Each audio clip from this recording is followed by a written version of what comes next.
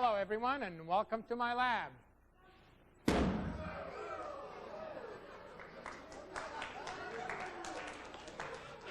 I promise you a good time, an exciting time, especially if you pay attention. And if you notice that I will be doing a lot of experiments and I will be obeying all the safety rules, including having my goggles on.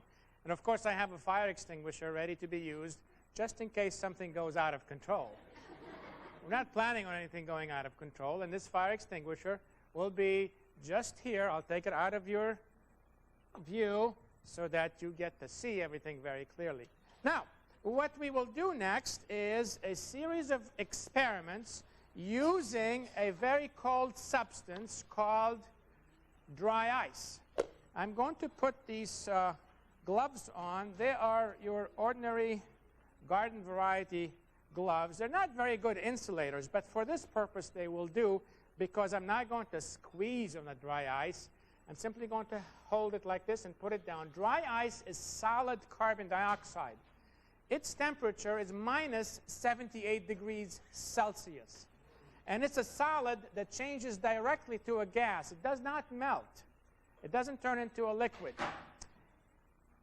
Solids that change directly from a solid to a gas without melting undergo a process we call sublimation. So that's what's going on right now. The sublimation process is taking place, but we don't see any carbon dioxide gas because carbon dioxide gas is invisible, has no color. What I'm going to do is ask you to focus your attention on this part of the table where I have in front of me glass cylinders that have in them colored liquids. So what I'm going to do is take chunks of the dry ice and drop them into the cylinders in a very special way. You can tell what this special way is. What is it? I'm putting the dry ice in every other cylinder. Now you can see the bubbles. Those are the gas bubbles coming from the sublimation of the dry ice. And you also begin to see a lot of other interesting things happen. For example, you see a color change that's happening in this cylinder, also in this one. Not so much in the other cylinders where the dry ice has been put. So color changes are an indicator that a chemical reaction has taken place. You also see that there's some stuff coming off the top here. What does this stuff look like? It looks like what? Smoke. It looks like smoke, but it's not smoke. What do you think it is? Huh? It's what? It's condensed water vapor. The water vapor is condensing on the carbon dioxide that's coming out and forming what we call commonly fog or clouds. So condensed water vapor is what we have on the top here. And you notice that the condensed water vapor is moving in a downward direction. That's because carbon dioxide gas is heavier than air.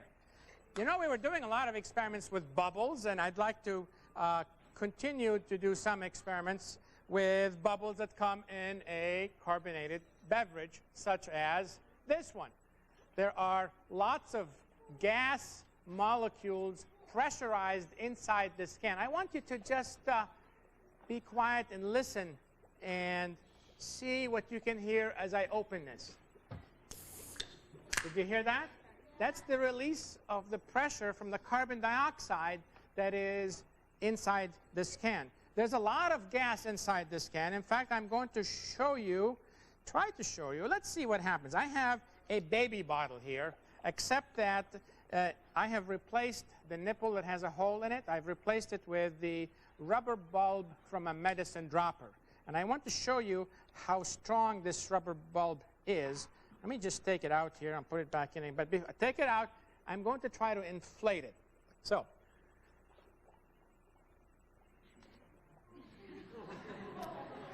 it's a very strong piece of rubber. I put it back in place like so, and then I will take the carbonated beverage and put it in the baby bottle. You see bubbles? Those are carbon dioxide bubbles coming out of the liquid. I fill it all the way to the top, and the next thing I'm going to do is put the screw cap on, tighten it. What should I do next? Oh, you've done this experiment before, huh?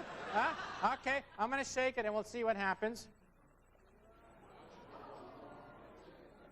There's a big bubble for you, right? This is how much carbonation is inside the carbonated beverage that we have here. Now, what we can do is release the pressure. And of course, there's several ways to do that. One is to try to do it fast, and then what will happen? We'll make a mess, right? Or we'll try to do it slowly and see if we can avoid making a mess. And as the pressure is released, you can see that the, oops, some of it dripped out. That's all right. It's all safe to handle. Of course, it's safe to drink. So, so this is then more about bubbles. Of course, what we want to do now is have some more fun with additional items that we can find around the house, in the kitchen, or elsewhere around the house. And what I want to do is show you a few more experiments with bubbles. Here's some water and a straw. Usually, we use a straw to drink. What I'm going to do now is use the straw to blow into the water. Just making bubbles, right? But there's nothing to hold the gas that I'm blowing in place. So what I'm going to do is add a little bit of detergent, like that. And again, I'm going to blow gas.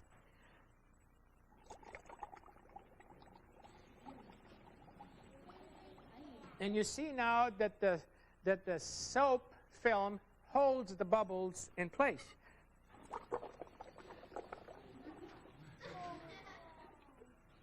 Now there are other ways to make bubbles, and one way would be to take a dish, as I have over here, that you can use to generate some bubbles. And what you do need is some laundry detergent, and then you can add to the laundry detergent some, what am I adding? Baking soda. You put in about the same amount of each and mix them together, like so. And then reach out for another household chemical that you might have around, and that is what? Vinegar. So you put the vinegar in, and that's another way of making bubbles. The fizzing that's happening is because the baking soda is combining with the vinegar, which has in it acetic acid, and we've made some bubbles that way. So there still are other ways to make bubbles and to make foam, basically. That's what we're doing. We can take some whipping cream, put that, some of that anyway, in Pilsner like so, and then blow.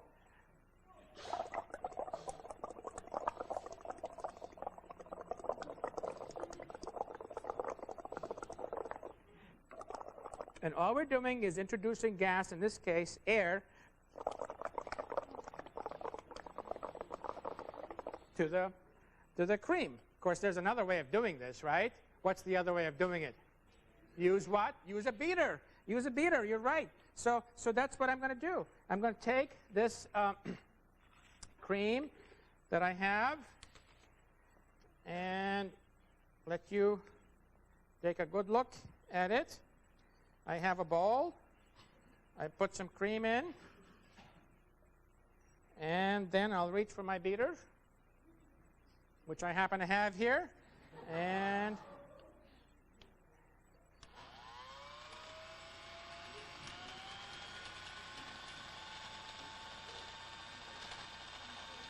does this look like something that goes on around the house?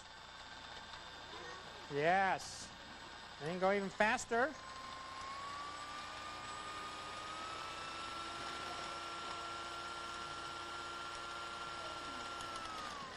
And what happens to the cream when it's whipped like this? It becomes whipped cream, I know that. But what happens to it then? It gets in to be a foam, right? So you can see that it has a different texture and a different appearance than it did before. And that's what we have inside ready-made whipped cream like so, except that when we get the cream out, we have the liquid on the inside, and there is a gas inside the can that propels the cream out. So what we end up with is cream.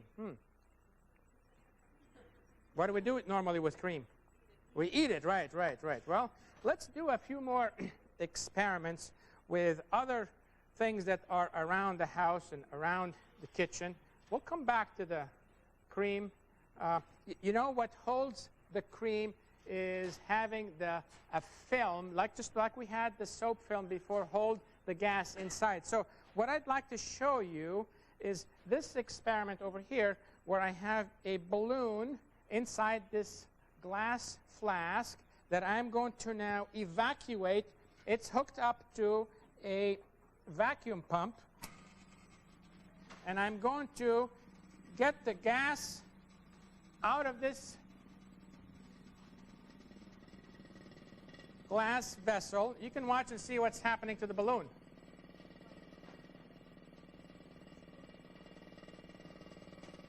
Is anything interesting happening to the balloon?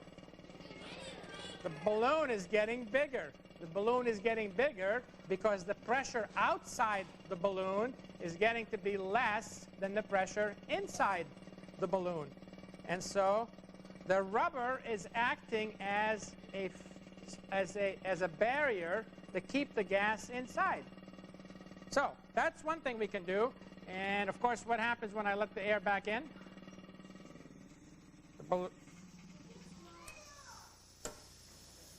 But the balloon collapses. Well, goes back to the original shape that it was in. So I'm going to take this off now. I'm going to show you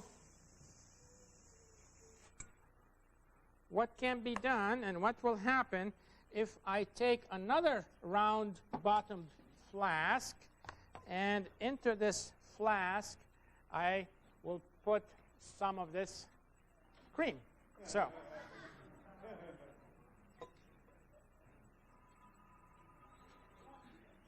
okay. And the next thing I will do is connect this to the vacuum pump, and you'll watch the cream and see what happens to the cream as we change the pressure on the inside. Anything happening to the cream? It's getting bigger.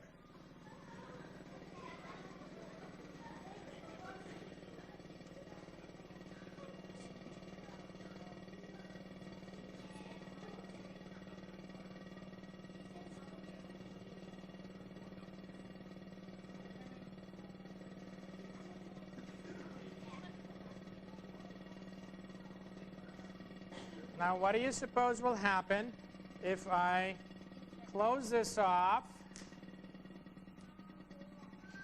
unplug the vacuum pump, and then let some air in? Let's just do it and find out, right?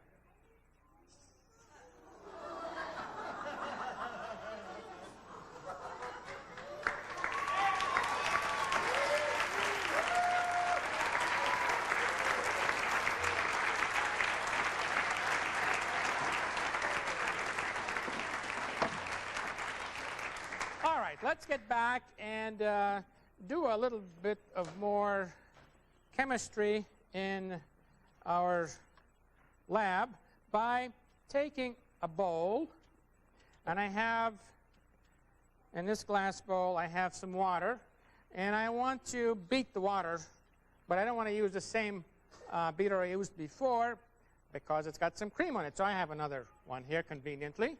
And so what we're going to do is simply beat the water. See what happens now? You can, as fast as you can. You all have had this experience, haven't you? Nothing really exciting happens. It gets some bubbles in there, but the bubbles are not held. So what we're going to do next is take some flour. This is wheat flour. Add the wheat flour to the water. Do we do this around the home or not? Yes, we do it all the time. And we beat the flour and the water to make what? To make dough, right. And we can use the dough for a lot of interesting things that we can cook and enjoy. Now, I want you to look carefully at the dough because the dough is doing something very interesting. Can you see how the dough is behaving differently than the water did? Right? The dough is climbing up, right? And then when I stop, it flows down. If I beat it again, so this wheat dough has this interesting behavior that actually anybody who's done any cooking and baking of this sort knows about. So I thought you might be interested in looking at that. All right.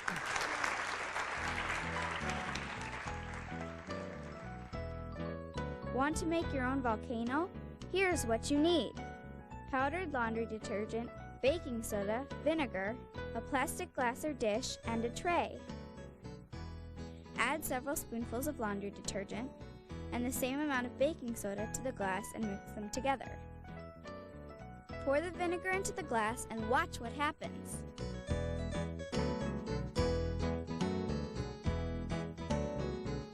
And what I want to do is mix other household chemicals that we easily find around the house in this cylinder. The first one I'm going to mix is a viscous liquid, which is called what? You can read the label. All right, here it is. I put some honey in. Okay, yum, yum is right. Right. And then I will add on top of the honey, I will put some water. And I'll do this carefully. And I have now two liquids that are not miscible with each other. They don't mix with each other, and they have different densities. I can take a third liquid that we have around the house, which is what? What's this one? And I can add oil, olive oil in this case, on top of the water layer. We know that water and oil don't mix, right? So we have 3 layers, and I can take still another liquid that we easily find around the house, and this is rubbing alcohol. So I can take some rubbing alcohol and again add that carefully, not to mix all the liquids together. And you see we end up with 4 layers of liquids that have different densities and do not mix with each other. Actually, the top layer of the rubbing alcohol will mix with the water if one were to take their hand and put it on top like this. Let me do it this way to show you what happens. You see that we have 4 layers now, right? And without spilling this, see if we can mix those.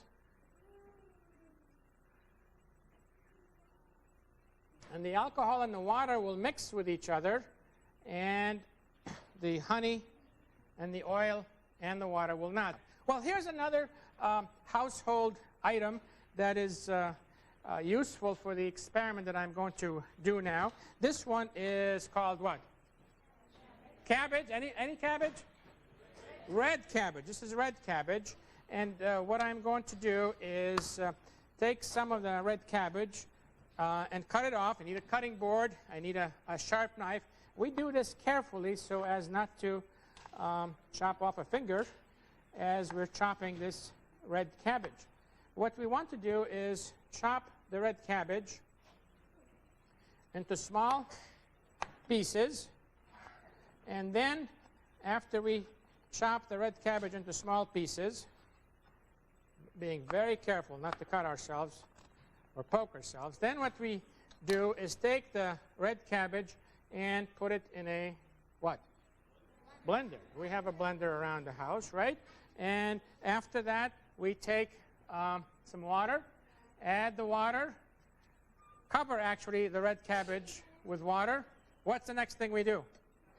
Put the lid on, right. Put the lid on, right. Remember, safety is important. Now we push the button.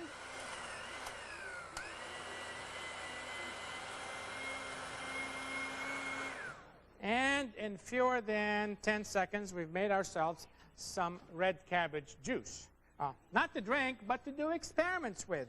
What we want to do now is separate the juice from the finely chopped red cabbage, and we use what? A strainer, right. So we put that in like so.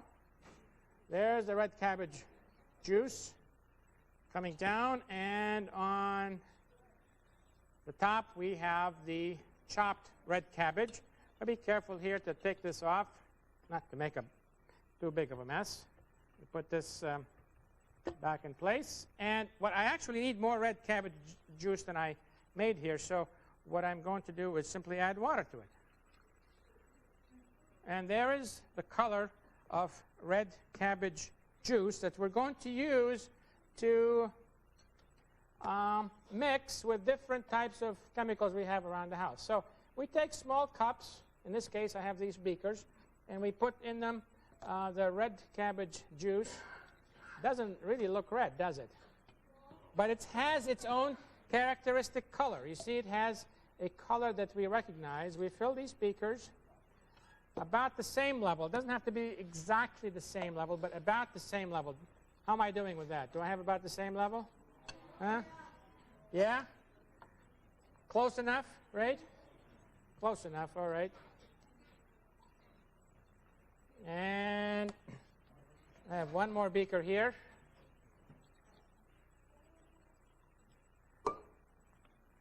I have another beaker here, so let's do that. This one has a piece of balloon in it, so there it is, it came out. And what we'll do next is add different liquids and different solids to the red cabbage juice to find out what happens. So I'll take a household item that is vinegar, and I add the vinegar. I get that color. I take another household chemical, which is what? Ammonia. I add the ammonia. You like that, huh? I take a carbonated beverage. You see, the vinegar tells us the color of the red cabbage juice when we have an acidic substance. The ammonia tells us the red cabbage juice color when we have a basic substance. So when we have a carbonated beverage, is it going to be acidic or basic?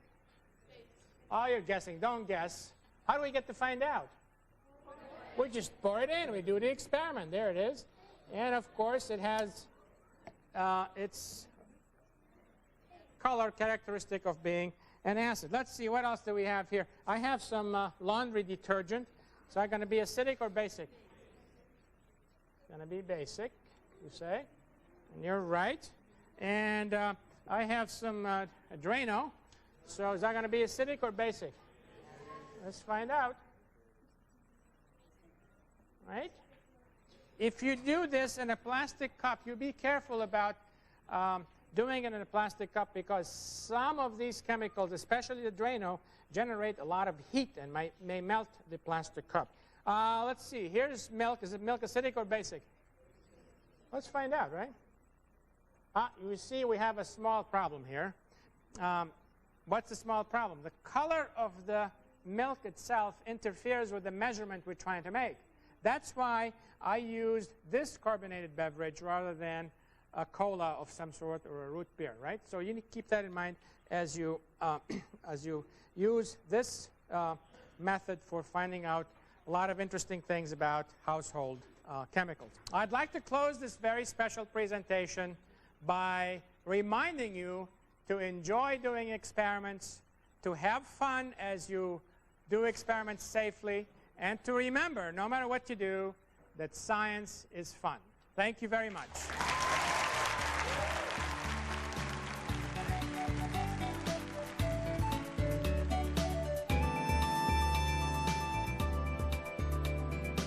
Check out the Science is Fun website.